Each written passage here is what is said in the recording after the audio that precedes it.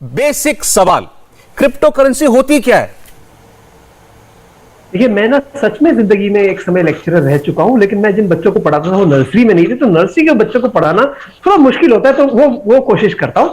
देखिए, जैसे इंटरनेट एक नेटवर्क होता है, उस नेटवर्क को कौन चलाता है? बहुत सारे कंपनीज होते हैं जो इंटरनेट सर्विस प्रोवाइड करते हैं, केबल्स ले करते हैं, एंटीना लगाते हैं वगैरह। ऐसे ही एक प्रकार का नेटवर्क होता है, आप उसे कह सकते हैं, जो जिसे ब्लॉकचेन कहते हैं। एक प्रकार का ब्लॉकचेन नहीं होता, अनेक प्रकार के ब्लॉकचेन होते हैं।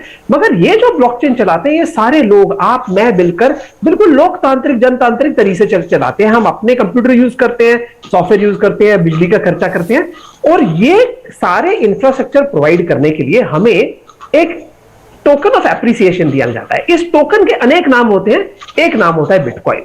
अब ये बिटकॉइन बनता ऐसे है, इसकी कीमत कैसे आती है वो बाजार डिसाइड करता है। अगर बाजार का इसकी कोई कीमत नहीं है तो कोई कीमत नहीं है, मगर बाजार इस समय कह रहा है क्योंकि ये ब्लॉकचेन नामक नेटवर्क को चलाता है तो इसकी तो कीमत बहुत ज्यादा होनी चाहिए। अच्छा, ठीक है। अब जैसे इसको मैं अगर बिल्कुल बेसिक तरीके से रचित समझना चाहें, अब क्योंकि ये करेंसी कहलाती है, बिटकॉइन जैसे एक प्रकार की क्रिप्टो करेंसी है, तो करेंसी का मतलब हम तो नोट समझते हैं, सिक्का समझते हैं, और इसको भी जो है दिखाया जाता है, छापा जाता है हमेशा सिक्के की शक्ल में।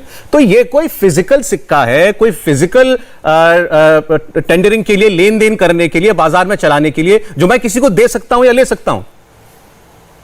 सौरभ जी, ये एक तरीके का डिजिटल सिक्का है। आप इसको डिजिटल करेंसी या डिजिटल सिक्का मानिए। अब ये जब करेंसी आई तो स्टार्टिंग में आपने देखा होगा, जो बायर था और जो सेलर थे वो लिमिटेड थे और रेट भी इसका कम था।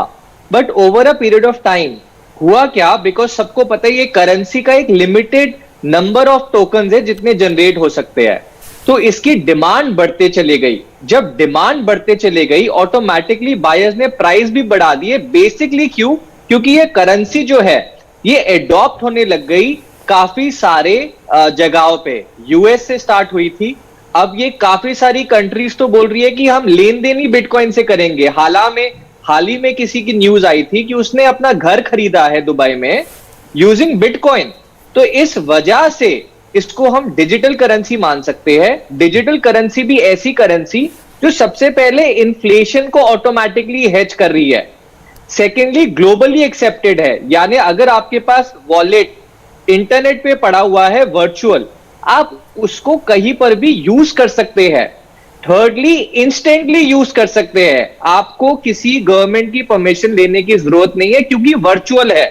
यानी आज की डेट में इंडिया की गवर्नमेंट भी यही कह रही है कि ये करेंसी के अंदर 6 लाख करोड़ रुपए का निवेश तो आ चुका है, बट ये करेंसी को रेगुलेट कौन करेगा? ये पैसा जो लोग अपना निवेश करे जा रहे हैं उस पे कंट्रोल किसी का नहीं है। ये सेकंड्स में ट्रेड होता है, एक तरफ बायर है, एक तरफ सेलर है। जैसा अजीत जी ने कहा कि बाजार रेट डिफाइन कर रहा है, कल को बाजार हो सकता है और महंगा कर दे इसे, या हो सकता है बिल्कुल ही बोल दे कि वैल्यू नहीं है। ठीक है। इंडिया टीवी हर वक्त हर जगह डाउनलोड करने के लिए सर्च करें India TV news Google play store या ऐप स्टोर पर।